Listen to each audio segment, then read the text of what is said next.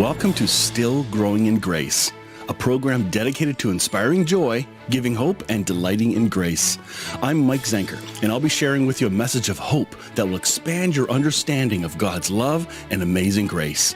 God already deeply loves you, totally accepts you, and really, really likes you. Growing in Grace Ministries Canada and Hope Fellowship, your community church, invite you to enjoy today's program as we dig deeper into what it means to be still growing in grace. Grace, I hope you're having a really good day. Today's program's going to be a little different. I've not done one like this today, where I have a conversation with a group of people. So before I introduce this, let me introduce the group. This group is a Facebook group called Jesus Unchained. Subtitles Deconstruct from Dead Religion Without Losing Your Faith. That to me is a really important part of the equation, without losing your faith, because I remember the first time I started to entertain this deconstruction notion or talk, it was probably 3 or 4 years ago, where that kind of terminology was beginning to be more actively used in, at least in the circles that I'm in, even though I've been deconstructing for years and years, probably 20 years. But it all depends on our definition of deconstruction. But I love this idea of Jesus Unchained, to deconstruct from dead religion without losing your faith. I love the terminology of an idea of dead religion, because religion in a pure sense is really connecting people together based on a set of values, beliefs, and such. What we've seen happen is religion's been turned into a set of rules and regulations and control parameters, and people are running from that and don't like it. Some love it, good for you, but I don't. So how then do we unlearn some of these things without losing faith, without losing Jesus in it? And I've had many people come onto this program sharing stories of, I don't believe in this anymore, I've given up God, but just Jesus. That's all I just believe in just Jesus. And that was, but their journey from just Jesus is really one that's brought them to a place of a more beautiful picture of who God is. Anyway, I want to talk to you about, or share with you, 2 books that have really impacted me lately. Hey, buddy, good to see you there, bro. The first book I want to recommend, and we're gonna have Brad on to this program soon, but this book called Out of the Embers, Faith After the Great Deconstruction. This is not an easy read, but it's a simple read with a lot of depth and a lot of here's why you need to know some history. All right. When we got into the sections on existential courage, Nietzsche, and different people like that, I thought, that doesn't excite me to hear about that or read about that, because I got the audiobook. And I found out, man, we got to know our history. We have to understand why some of these people said what they said, and why the religious, I'll call it the legalistic church, has a hard time with them, because they've been misunderstood, just like the Bible. So this is a great book, okay? The second book that I highly recommend, this is called Do I Stay Christian? A Guide for the Doubters, the Disappointed, and the Disillusioned by Brian McLaren. He also wrote a book called Faith After Doubt. This one is phenomenal. I think the first 10 chapters are dedicated to those who want to ditch their faith and say, is it that way? No. I forget. There's like 2 halves to the book, and they're intense all the way through. Maybe for the first half, I forget. He did word it. I think I heard it in an intro, and I thought it was just beautiful. So, Do I Stay Christian? Again, these books fit this group that I'm talking about, and I'm in this group, this Facebook group.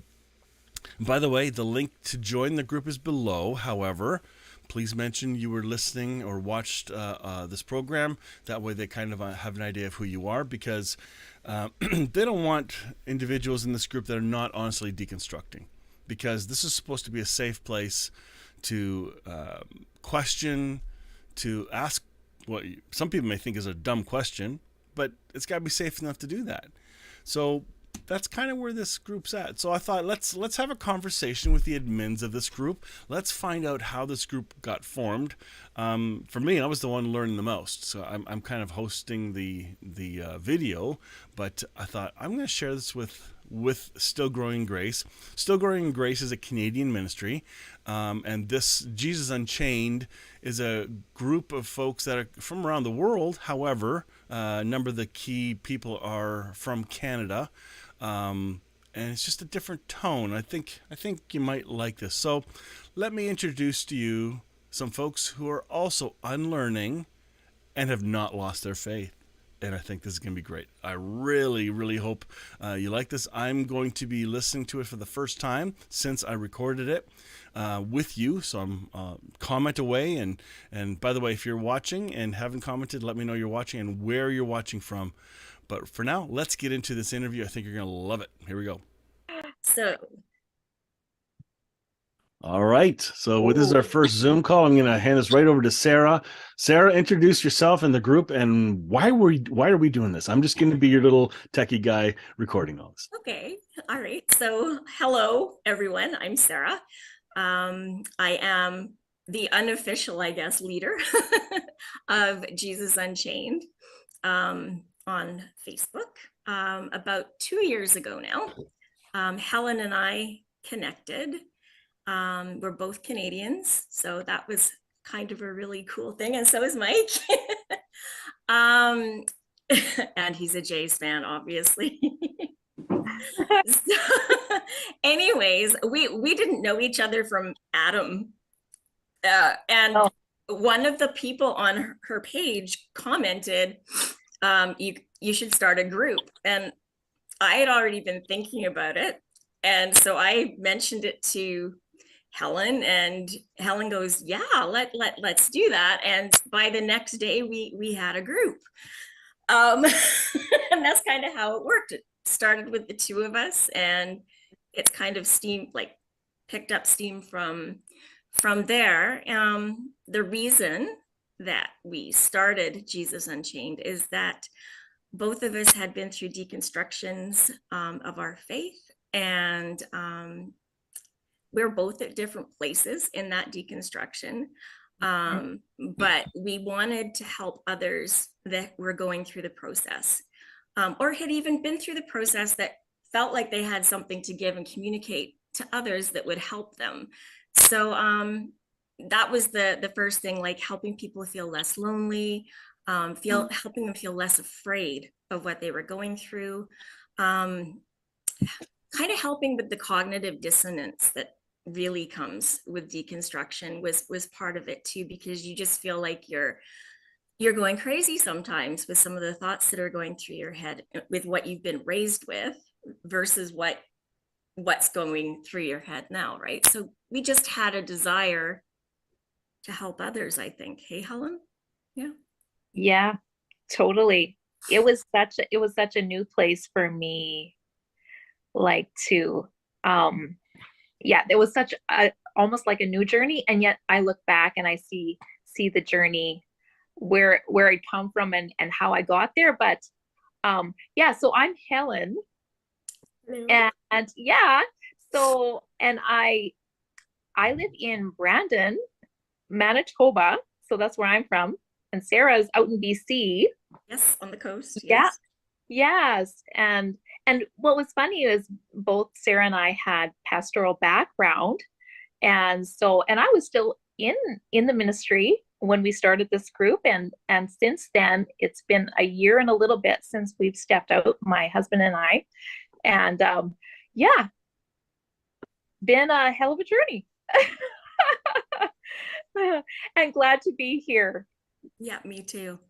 Yes. And I so confirm that when you struggled yourself, our deepest desire was just to create a safe space for people to talk, to be real, to be vulnerable, the realness, yes. And just to love and support each other in this journey. So it's been an exciting few years for sure. It has been, yeah. And it's been exciting to see how many people have come along. We knew that, especially, like, I'll bring it up because it's going to get talked about at some point, but especially with what happened in the States with the Trump presidency, we knew that there was going to be a huge group of people that started deconstructing their faith because of what they saw happening in the church. And I don't know, I think with being Canadians, we have a little bit of a unique spin on that, in the sense that, look, I'm hoping that we can be a little bit healing, like we can bring some healing to people, just differently. Do you know what I'm saying? Like, when you're always looking at the same people around you all of the time, sometimes the answers can seem like they're not there. And I think with us being an international group, there might be some ideas of how we can help bring some of those walls down that have gotten built too. I've really valued that you really frown on and don't allow political posts, because I've noticed many people who do or are on the journey of deconstruction, if their deconstruction is so tied to politics, that's all they can see. But there's so much more. It's not about the politics. So to have your lens that you have provided for this group, I think you've done a really good job of just, hang on, that's a whole different topic. That's not what this group is for. And I think you've done a great job on that. Yeah. No, it's exactly. I mean, we can't ignore that happened, but it's not what we're about. Yeah. How did you get other people involved in? Talk about your team. Okay. Well, I think I talked about how Helen and I got together. Then Nikki was, I think we kind of started connecting on Facebook again, and Nikki's in Australia, in Adelaide.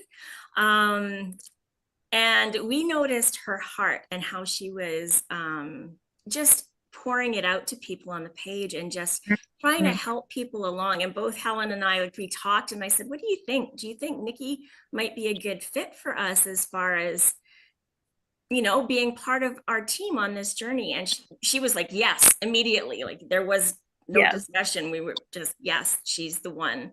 And she said yes immediately too, which was surprising, because I mean, we didn't really know each other either, right? But it's like God has brought us all together for right now. Like, like, we didn't all know each other 2 years ago, but we do now. And then Gary came along, and he's not here tonight.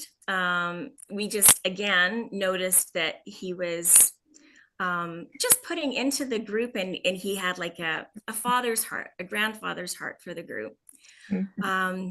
Kenny and I started touching base, and he sent me a book that he and his wife Laura have written on racism, and it was excellent. And again, you could just see his heart towards the people, right? Like, it was wanting to help people and wanting to help them get through this journey. And then Mike, you and I connected and started chatting. And again, God just brought it together. Like, you have a heart for this. You have a heart to do the recording stuff, which none of us knew how to do. So I just feel like, God's just bringing it all together. Like, we're a cohesive team of people that, are wanting to go somewhere with what we're finding out about Jesus, and with what we're finding out about his love, right? Like, those are, I think, if we had like a statement of faith for the group, it would be, it's all about love. It's totally that simple. Because, if you take the Bible apart, that's basically what Jesus talked about. The four gospels, that's what he was here for. Everything else is what everybody else thought about it, but he just came to show us love. And that's what we want to communicate to our group. And we want the people in our group then to, as they heal, that's they're reaching out, they're touching people's lives with that same type of love, right? So you just mentioned something really important on healing. Mm. Could you give your personal snapshot of what you hope to see this group deal with and how it functions? Then maybe each person can give their lens, because while we have a common agreement, each one brings a unique flavor and focus, because we're not all good at the same thing. So No. Sarah, could you maybe just give us that? I love that idea of a place to heal. I caught that in your word there. Yeah. And then we'll just go around the Hollywood squares here and Sure. That's how I've been raised. That was my calling as a pastor before, is to a church that felt that they were to bring healing to the nations. Like that was their heartbeat. And so it's always been my heart to see people heal. I didn't realize people were going to need to heal from the church until I went through my own stuff that hurt, right? I think the biggest things are that there's room for anger, there's room for hurt, and there's room to talk that through. But you also want to see growth in that you're helping people towards a path of forgiveness. Because if you don't walk towards that path of forgiveness, like you said, all that comes up is the politics and the angst, the differences, right? And I don't think God wants us to be separate forever. I think it's a period of time where he's taken us out so that he can heal us. And then at some point, I'm hoping that we are able to all get back together again. You know, like that's my hope, that Jesus would bring healing and reconciliation to the pain that's come out over the last 6 years. So that would be the big part. I don't know how group will help with that. Like, I know talking it through is helpful. I do some personal counseling, not a lot, but a little bit with people. People just want to feel loved. They want to feel heard. And to know they're not alone. Yes, exactly. That they aren't the first people going through this, whatever it is that they're going through at that moment, right? Like for me, it was pain, it was lonely, it was cognitive dissonance. For some people, it isn't that at all. Some people, it's just, oh, I feel God's love is leading me here, and they never go through that type of angst. So it's really cool to have a group of now 1,600 people that everybody's got a different story. Everybody's got a little bit a different way of looking at it. And at first, I felt like I had to be there 24/7, looking at everything and looking after everything. And I don't feel that way anymore. Like this last little while, I've taken a break, and it's been beautiful to watch the group come together and just watch people in group that love on each other, right? Like there's no animosity, and that's something that we've really strived for as leaders, is that this group isn't a place where you come and get beat up. It isn't a place where you come and argue. It's a place where you come to receive love and to give love to everybody else, so that yes, we can all heal from what we've been through. Yeah, that makes sense. Kenny, hey, tell us where you're from and all that stuff too. I'm from the South, deep South of the United States, right outside New Orleans. I grew up in Mississippi, and I'm sure you all watched the movies about Mississippi. But me and my wife and 4 kids live just outside New Orleans. They were raised our children in New Orleans. I grew up in Mississippi, as did Laura. And I was trying to think back when I joined you guys. I don't really know how I came across the space or this page, but somehow I did, and it's like I just was drawn to it, and just would look at it and read it, and then I started commenting or sending stuff, a little bit, just a touch.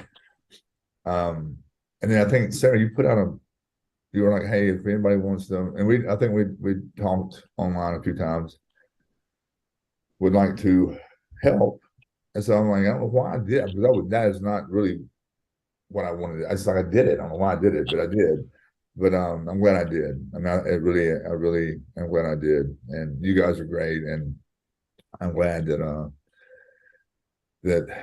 me and Helen become friends, and Nikki, we've chatted, and it was so crazy too. When I first joined, I thought the three of you guys were like bosom buddies, and I think I was talking to Sarah, and she's like, I don't really know them that well. I'm like, well, I thought you guys were like go way back for generations, but anyway. So Let me tell you, Feels like that now. Yeah, it does. Yeah. Helen and Nikki were an answer to prayer, because before I went through my deconstruction, I had two best friends. And after my deconstruction, I no longer had those two best friends. And one was a blonde and one was a brunette. And I totally believe that, like Job, God's restoring. Oh, right? Like, I totally believe that. Like, that the I'm just hoping to have hair. Sorry. I'm gonna shave mine off, I think. You two don't replace anybody. Sorry. I'm kidding. He's gonna draw it on. Oh, dear. So Kenny, Yes. can you share from your heart what you like about this group, or what you're hoping to see, and how you hope people will interact? Well, I think seeing we don't see a lot of negativity. I think we do that. I mean, Sarah's quick to find that and point it out. If one of us, if we don't see it, she stays on top of it.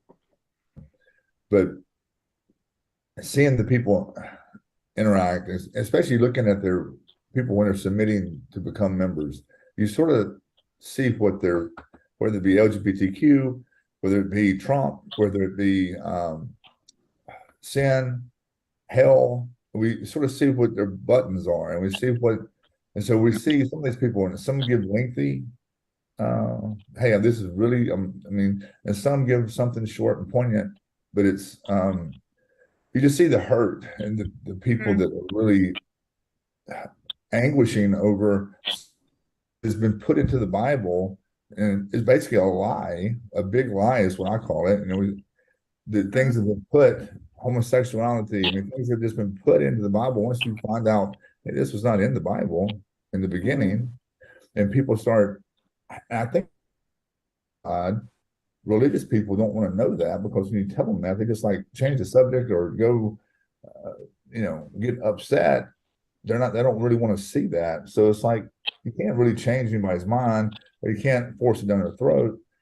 You just have to love them, and that's sometimes hard to do. I mean, there's nothing harder to love than a religious person, in my opinion.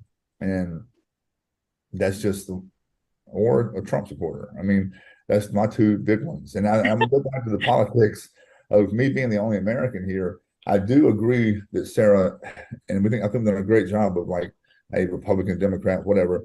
But as far as when a lot of people, and I've read it, a lot of people have came to us and I had this problem. I'm thinking, okay, you have Jesus here, you have Trump here. They don't line up together, but yet we have all our loved ones and people we've known forever and have been our religious leaders over here in the Trump circle. I can't understand that. And so I had a really huge problem with that. And it wasn't so much politics. It was like, what the hell's going on? Are we in a bizarro world? I mean, this is really, and I still struggle with thinking, I don't understand. It's almost like a Jim type situation. I know that sounds crazy, but this has been crazy in my opinion. And so and I don't want to get political, but there is, and I know you guys being on the outside looking in, it is intense here when it comes to that. I mean, it is. So some people. I say to people that you're my litmus test. I always know when I need to broach something, because that's how we deal with it in group, is if there's something happening, is we try to broach it from the top and then talk about it, rather than having a bunch of And we're looking at 2 different more years. posts, right? Right, I agree. And we're looking at 2 Yeah. more years now. This is going to be front and center. And you see, you don't see the pastors jumping on board Trump right now. But No. as soon as, it's going to be interesting to see if he wins the nomination, where are the Jim Jeffers and all the people that love him, and the cat, whatever face name is, Cat Kerr, the people that were pontificating and prophesying and that he was going to go back into office. And what are they going to? It's been tough. I mean, it's been Can't tough even here. imagine what it's like. Mm. When you have Texas and you have all the different people, just and you think, am I seeing this wrong? I mean, me and Laura talk all the time. My wife's name is Laura, and we talk all the time, and we're like, are we on the wrong side of this? I mean, we really think, are we on the wrong? I mean, I really question myself, and then when I balance that against love, then it's like, no, we're not on the wrong side. We're What on a the novel idea. Huh. yeah. Mhm. When in doubt, just do that. And I think you always come out on Yeah. top. Well, it's the only thing, it's like you said, it's the only thing we have. Mhm. And Do you it's know the what I only mean? thing Like, the only thing we're told to do. well, yeah, because yeah, you can take it to like a situation where you start trying to harm one another, but to what end does that?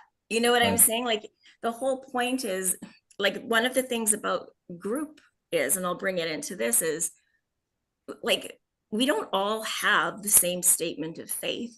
We don't all believe exactly the same way. Kind of what holds us together is what we don't believe anymore. Do you know what I mean? And but there's a Good point. freedom in us being able to believe whatever we feel. You know what I mean? Like there's a, not that we're not looking for truth, because we are. I'm not saying that, but there's a freedom to find it, rather than having to follow all these rules and pretend you're already, that you've already figured it out, if that makes sense.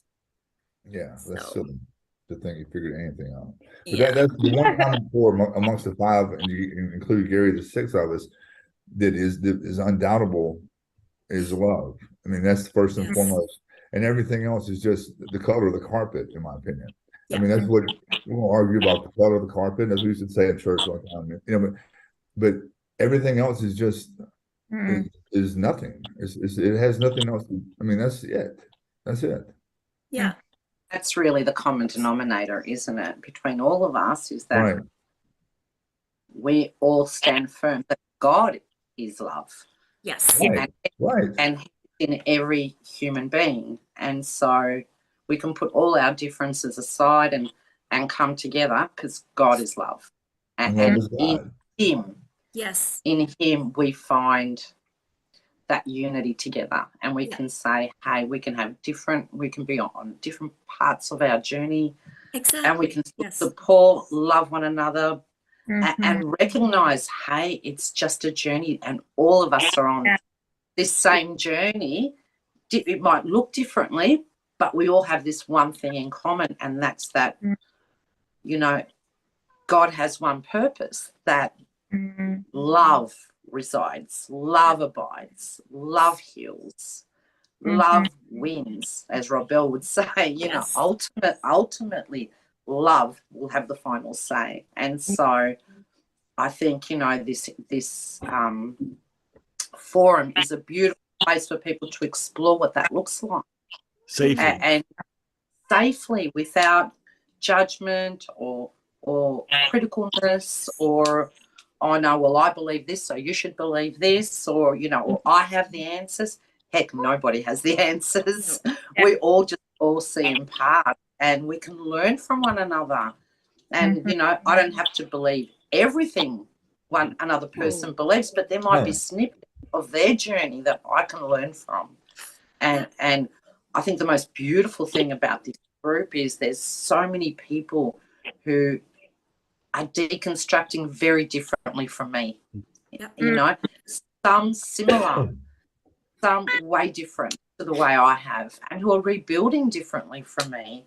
And it's beautiful, because you have all these people from all across the world, and yet we've never met each other physically, and yet there's a camaraderie that's there. That's just precious. And I think that's just the most beautiful thing about deconstructing and rebuilding, is that it really does take away and tear away all the divisiveness that keeps us all apart. Mm. And, you know, That's If you cool. look at our friend lists too, across the internet, we've all found each other.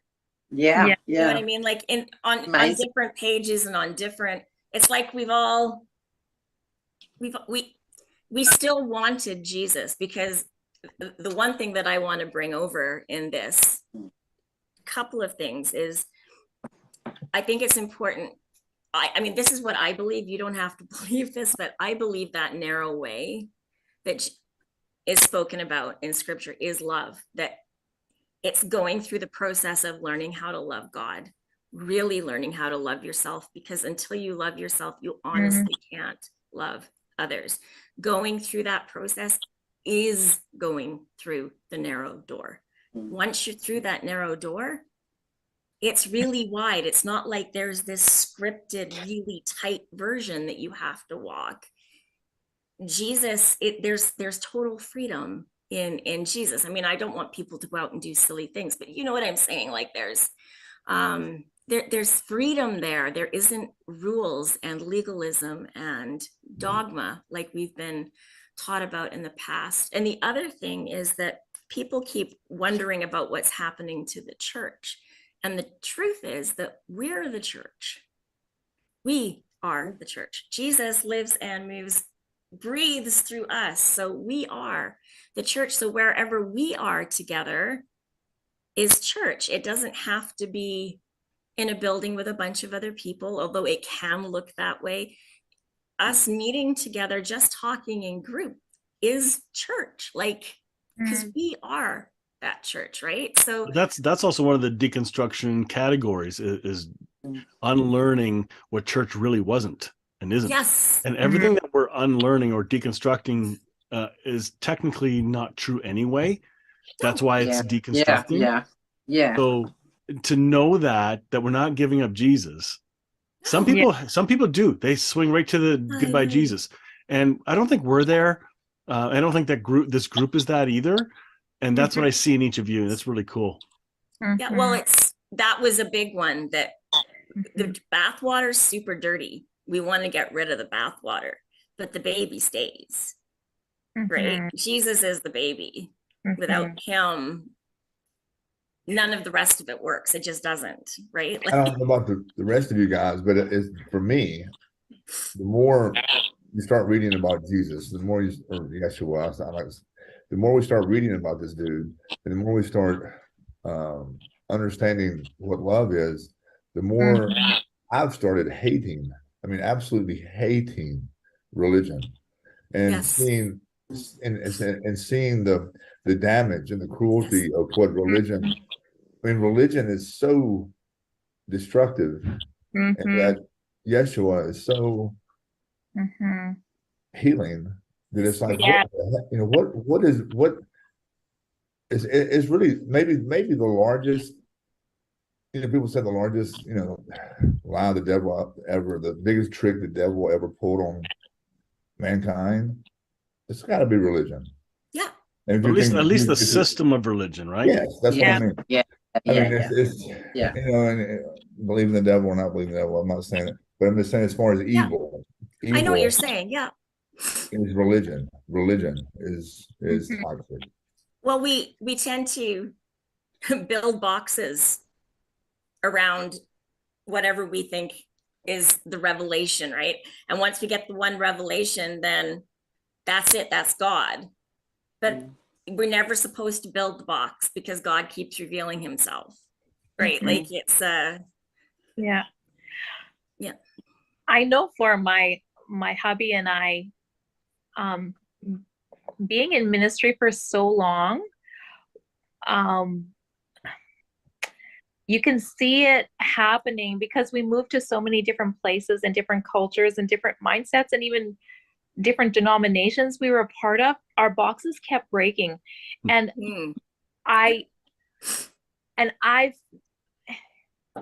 when it dawned on me that following Jesus was leading us out of the system, Mhm. that was such a huge revelation. And I feel like even because the system burnt us out. Yep. And so I never saw that until recently. It was actually due to, first of all, this walk out of fear totally deconstructs you. When Yes.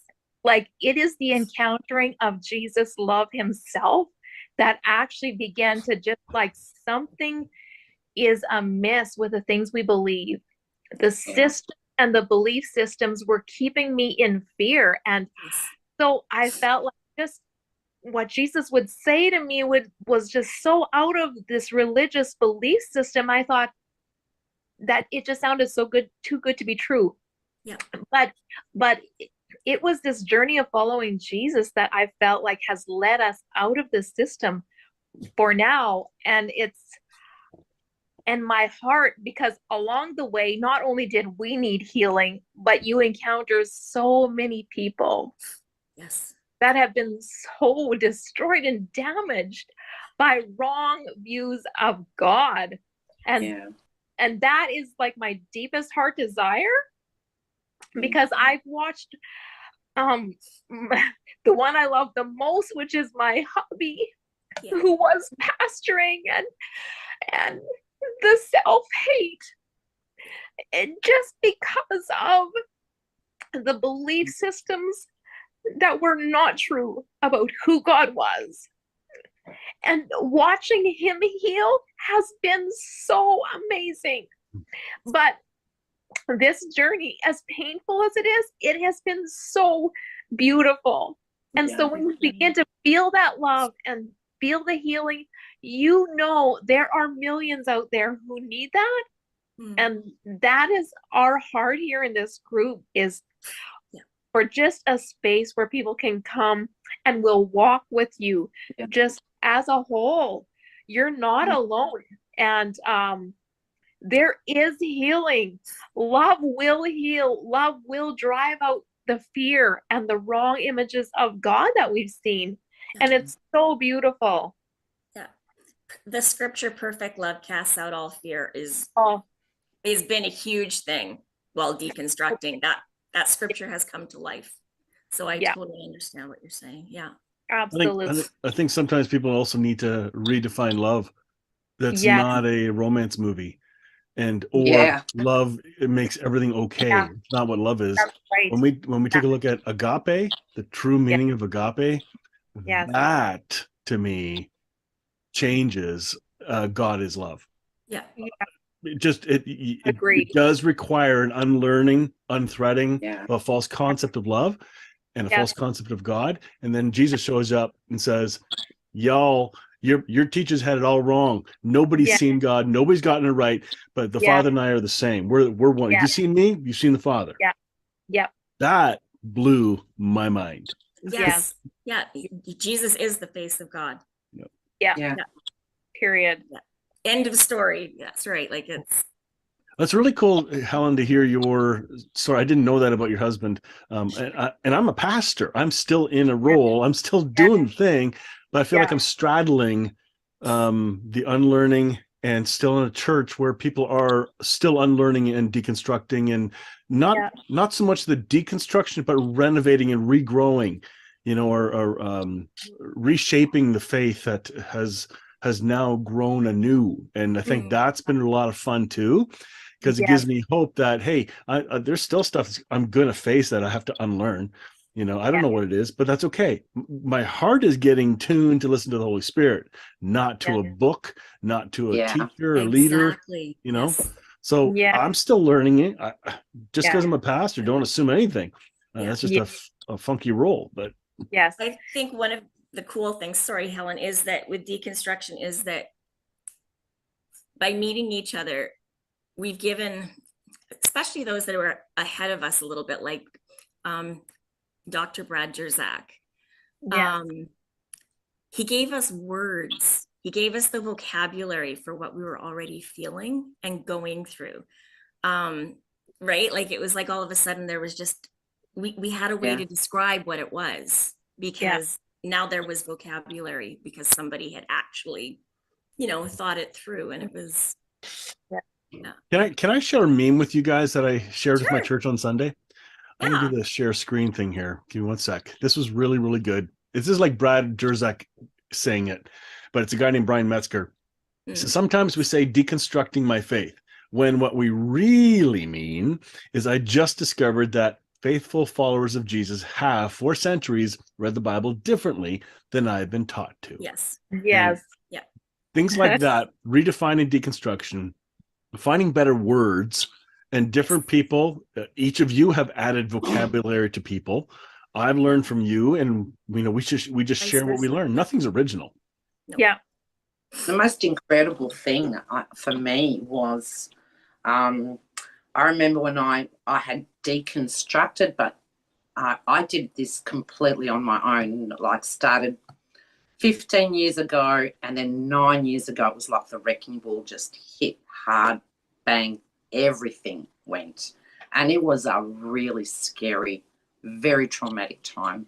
I came from I was born in a Greek home, born in Australia though, so I have very cultural Greek home, but I had no religious upbringing as such, and I got saved into a Pentecostal church, which was really beautiful at the start, changed leadership and became a full-blown cult.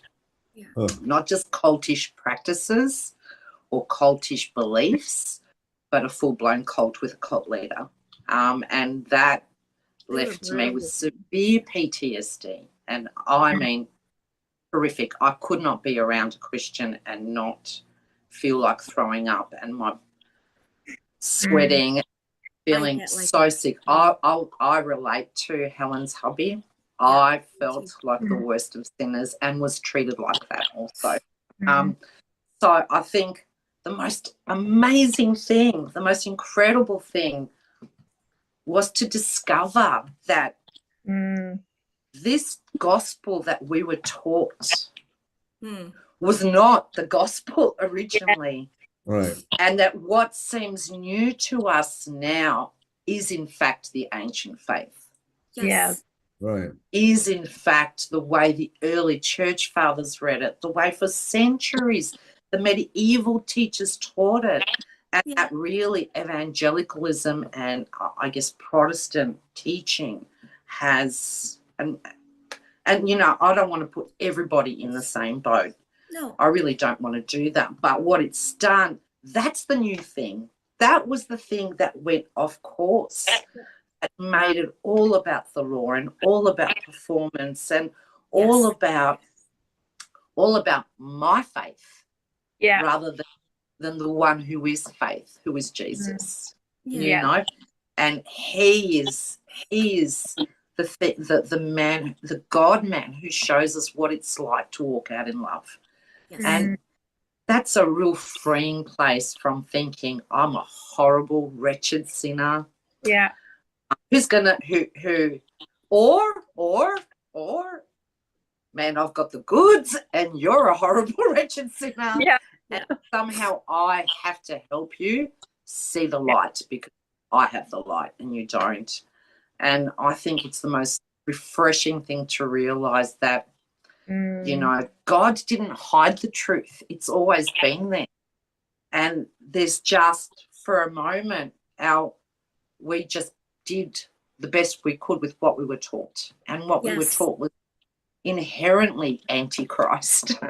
Well, that's and what it is anti-Christ. And so it is. And I think throughout history, and also deconstruction has existed right from the start, because so long as there is man, all you have to do is look at the Old Testament to see how much we create a God in our own image, you know, and how we interpret the actions that happen around us, you know. And I think there's this understanding that, hey, so long as we're human, we don't understand God fully. We only see in part. So the rest of my life, I will be deconstructing and rebuilding and deconstructing and rebuilding. And it's a beautiful journey. it started off traumatic as hell for me. It took me many years to heal. But hey, on the other side of it, there is this beautiful, free thing.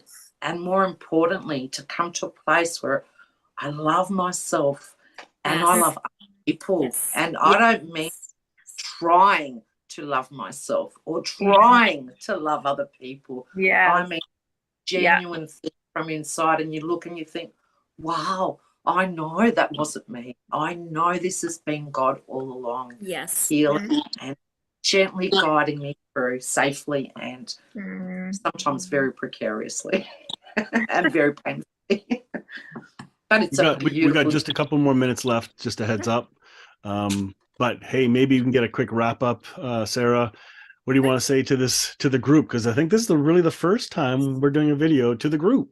So yeah, it is. Well, we hadn't had you before. So you see, you bring something to us that we didn't have. It's good. It's good. I just want people to be encouraged.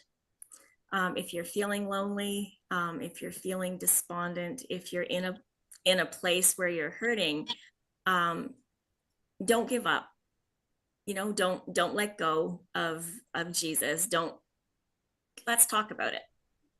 Ask your questions. Like, don't be afraid. Like, don't be afraid to be mad at God. Don't be afraid to have the feelings and the conversations and read books that, you know, you've avoided because, oh my God, you know, I'm not supposed to see that. Well, sometimes that's how we find out truth, right? So it's like, I just want to encourage people, like, don't be afraid to search for it.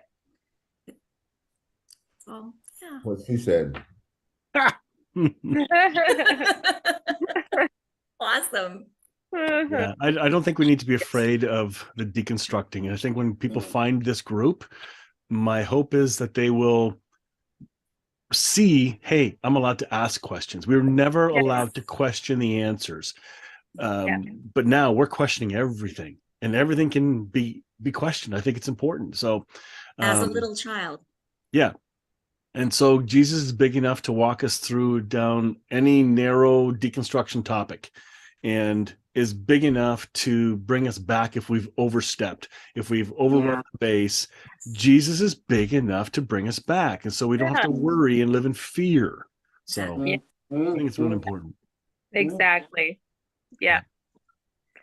All right. Well, I'm looking forward to the next one, and maybe we'll even have a topic. Who knows? But we're going to have a discussion once we finish this recording. So, folks, thanks for watching this little short thingy, and we'll do it again. Yes. All righty. I hope you enjoyed that conversation between the admins and the forming members of this Facebook group called Jesus Unchained. Again, it's a be careful with your expectations when you come into a group. Ooh, I'm going to get all this out of it. Well, maybe it's not so much about getting something out of it as it is growing in it. Okay? Developing a couple friendships. It's not a place to post your own personal teaching like crazy. Once in a while I get to, because I'm one of the admins. But this is about having those conversations, asking some of those questions. If you come across a really good video that or resource that answers some questions about deconstruction or the journey, or a really tough question on faith, hopefully this becomes that group or one of the groups, because there's many on the internet, but this is a unique one. So that's why I'm sharing it. I'm part of this one and I love it. And I hope this becomes a safe place for people to land. And if you land and don't like it, then leave. And those that like it for a little bit of time and then move on, that's great. There are no rules for how long you stay. My hope is that you'll be encouraged by it.